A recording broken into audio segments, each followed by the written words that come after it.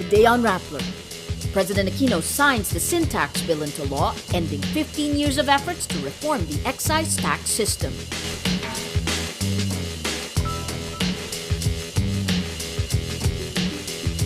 The opposition accuses the Liberal Party of persecuting opponents in the 2013 polls.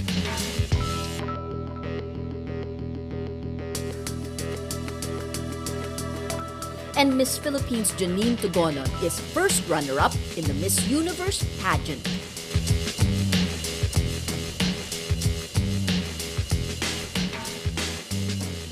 Hello, I'm Maria Ressa. Welcome to Rappler, your social news network. President Benito Aquino signs the sin tax bill into law Thursday, ending a grueling battle to reform the Philippines' excise tax system. Aquino says the law is an early Christmas gift to millions of Filipinos. Sa araw pong ito, nilagdaan natin sa wakas, dito lang po, sa wakas, ang isang batas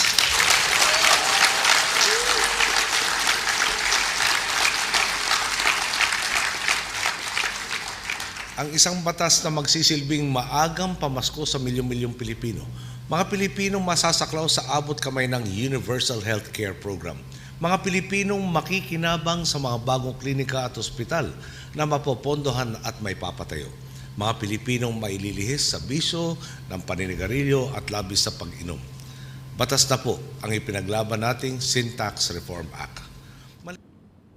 The law imposes higher taxes on tobacco and alcohol. It will generate revenues of roughly 34 billion pesos in the first year of implementation. It will be spent for universal health care program and tobacco farmers' livelihood. Passing the measure is a milestone for Aquino. Efforts to restructure the excise tax system never made it out of the committee level in Congress in 15 years. Aquino, who certified the sin tax bill urgent last November, thanks lawmakers who helped push the bill. Marami nag-isip na imposibleng maipasa ang Sin Tax Reform Bill. Malakas ang kalaban, maingay, organisado at malalim ang bulsa ng mga kumukontra. In the Senate, the bill faced opposition from Senators Ralph Recto and Bongbong Marcos, who say it would displace tobacco farmers and encourage smuggling. Recto resigned as Ways and Means Committee chair after criticism he submitted a watered-down version that will raise only 15 billion pesos in revenues. The Senate approved a substitute bill that seeks to raise 40 billion pesos, 20 billion peso less than the Aquino administration's target. At the Bicameral Conference Committee, debates center on the burden sharing between tobacco and alcohol in generating revenues. A Manila Regional Trial Court orders the release of former police officer Michael Ray Aquino, arrested in 2011 for his alleged involvement in the 2000 murder of publicist Salvador Bubi Dacer. On Wednesday, the court orders the National Bureau of Investigation to release Aquino after his camp moved that the evidence against him be dismissed for failing to establish guilt beyond reasonable doubt. Aquino and fellow police officer Cesar Mancao are accused of killing Dacer and his driver, Emmanuel Corbito, in 2000. Aquino flew to New York but was arrested in 2005 because of an expired visa. He was extradited to the Philippines in 2011, 5 years after pleading guilty for illegal possession of classified documents. Aquino was senior superintendent in the now defunct Presidential Anti-Organized Crime Task Force. Globe CEO Ernest Cu talks about the future of the country's second-largest telecommunications company in the face of shifting consumer demands and the technological landscape. Catherine Visconti reports. The service you provide is closest to people's hearts. There's no alternative. We have to be on all the time. It's a very challenging industry. And then look at it. People's habits about water have not changed. People's habits about consuming power have not changed. But people's habits on how they use the service are changing. The internet is changing media and telecommunications as we know them. The man steering the second largest telco in the country through the uncertain times is Globe CEO Ernest Cu. Partnerships are central to Globe's strategy. Cu is already in talks with the country's biggest media group, ABS-CBN. There are no talks yet with the country's second biggest, GMA7, but Globe isn't ruling them out. We're always open to anyone speaking to us. But there's no exclusivity, right? Partnering with a major network will help Globe with its convergence strategy to marry TV content with the vast distribution network of a telco. Rival telco PLDT chair Emmanuel Pangilinan once joked that Globe is copying its convergence strategy. You know, when you say it's a copycat strategy, it's kind of interesting because every telco in the world is trying to do it, right? And the United States was the very first one to actually start doing that. PLDT acquired another rival telco in 2011 and now has twice as many mobile subscribers as Globe and nearly twice as many broadband consumers. Koo says Globe is comfortable being number 2 and is realistic about the high cost of increasing market share. Yeah, at some point, no, you have to ask yourself what it's going to cost you to go to 50%. There's always a cost, right? But all I can say is that we'll try to drive our business as hard as we can with postpaid leading the way. We are dealing with it by accepting it. Catherine Visconti, Rappler, Manila.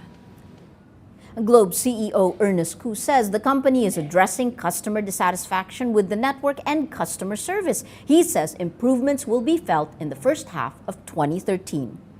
From at Super Sarit, has been a Globe user several years, victim of countless misinformation given by representatives of Globe. What are you doing to improve customer service? A similar question from at Johan Elizalde. How do you plan to answer or act on the negative feedback, especially on social network sites about Globe services? And then from at Celery Aganon, how can you improve Globe customer service? If the signal is crappy, maybe we can improve with how they On the customer service side, on the frontline call center side, you know, we've actually been working very hard at this.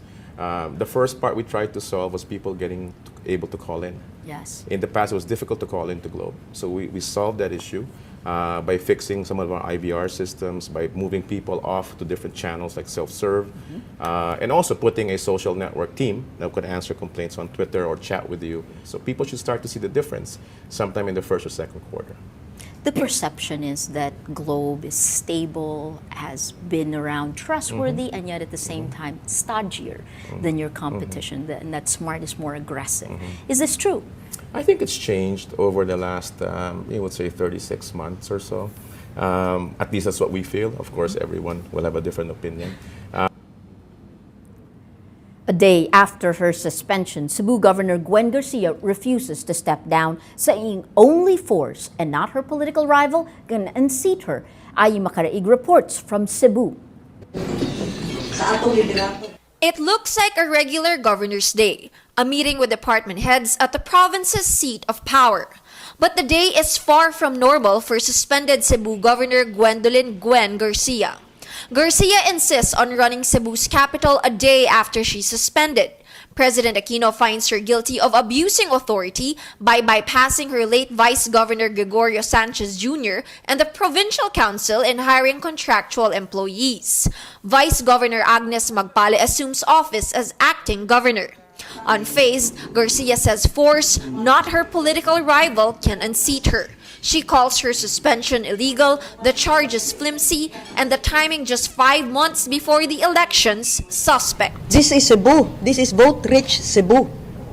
I will continue to discharge my functions as governor of Cebu. And if they want to stop me, then they'll have to do that over my dead body. Garcia and her brother, Cebu Representative Pablo John Garcia, cry political harassment. Once allies of former President Gloria Macapagal Arroyo, the Garcias are now linked with the opposition United Nationalist Alliance of Vice President Jejo Marbinay, the bitter rival of Interior Secretary Mar Rojas of the ruling Liberal Party. Rojas says he only enforces the order based on recommendations of his late predecessor, Jesse Robredo. The Garcias don't buy it. They plan to ask the courts to stop the suspension. This is a naked show of brute force on the part of the LP. It looks like martial law, with emphasis on Mar. Rallying her own supporters, Magpale says Garcia should follow an order that is final and executory. With palace and police backing, Magpale also takes control. For her, being Rojas's party mate and the sister of Aquino classmate Cabinet Secretary Jose Rene Almendras are not the issue. My brand of politics is different, and my brother's family to be dragged here, that's very unfair. Magpale leaves it up to the police to deal with Garcia. The police say if the suspended governor continues her defiance, she may just force them to literally remove her from office. Who is really in charge and how long will this situation last? Police and the two camps will have to confront these questions in the coming days. For now, Cebuanos will have to contend with two female governors as this provincial and national political drama drags on. Ayi Makaraig, Rappler, Cebu. The ruling Liberal Party denies charges by the United Nationalist Alliance the LP is engaging in a disturbing pattern of political persecution of opponents in the 2013 elections. Malacanang suspended Cebu Governor Garcia Wednesday, 5 days after Pangasinan Governor Amado Espino is charged with plunder over his alleged involvement in illegal numbers game Weteng. Both moves involve the Department of Interior and local government, headed by LP President Mar Rojas. Garcia and Espino are aligned with the opposition and are perceived to be strong rivals of LP candidates in their provinces.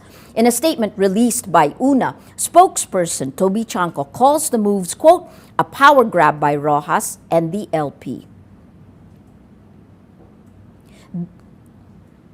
This is a return to the discredited practice of the Arroyo regime, says the UNA statement. It adds, this is where government powers used to harass and persecute political opponents. With the suspension of Garcia, Cebu Vice Governor Agnes Magpale, an LP member, replaces her. In the 2013 polls, Magpale will be the running mate of Hilario Davide III, who is up against Garcia's brother, Pablo John. Espino, who's running for a third term, faces Alaminos Mayor Hernani Braganza, a good friend of President Aquino. South Korean President-elect Park Geun-hye vows Thursday to pursue a pragmatic policy on North Korea to guarantee the South's security while trying to build trust with Pyongyang. In her first policy address since her historic victory, South Korea's first woman president says the North's recent rocket launch is a reminder of its threat. During her campaign, Park distances herself from the hardline policy of outgoing President Lee Myung-bak, who suspended humanitarian aid to the North. She promises a dual policy of greater engagement and, quote, robust deterrence. Well, let's now look at Rappler's Wrap for today, a list of the 10 most important events around the world you shouldn't miss. At number 4, the fiscal cliff deadline looms and U.S. President Barack Obama is pushing the Republican Party to, quote, take the deal. The uncertainty pushes U.S. stocks down. Obama says Republicans find it, quote, very hard to say yes to him, while a spokesman for House Speaker John Boehner calls the White House, quote, irrational. The looming fiscal cliff weighs heavy on Asian trading Thursday, even as the Bank of Japan announces plans to expand the sizes of its asset purchase program. Asian shares are mixed because of negative sentiment. At number 7, a scathing independent report says the deaths of 4 Americans, including U.S. Ambassador Chris Stevens, in an attack in Benghazi, Libya, was because of major security failures and mismanagement of the State Department. It triggers at least 1 resignation and 3 suspensions. At number 8, as America mourns the killings of 20 children ages 6 and 7 and 6 adults in Newtown, Connecticut, President Barack Obama calls for, quote, concrete proposals within a month after a task force led by Vice President Joe Biden examines new gun control laws, better mental health access, and the impact of violent culture.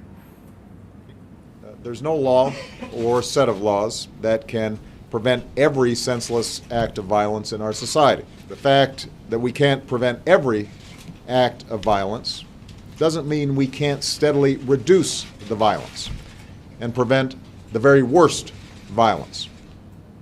And at number 10, beware a sophisticated new campaign out to get your private information. It offers a colored change on your Facebook account through an event notification. If the event notification is accepted, users are essentially asked to accept a fake end-user license agreement and privacy policy, then download a rogue Chrome extension that grants the hackers access to a user's data on Google Chrome, which can include your tabs and browsing activity, as well as the data on the websites you log into. For the full top 10, visit Rappler.com's The Wrap.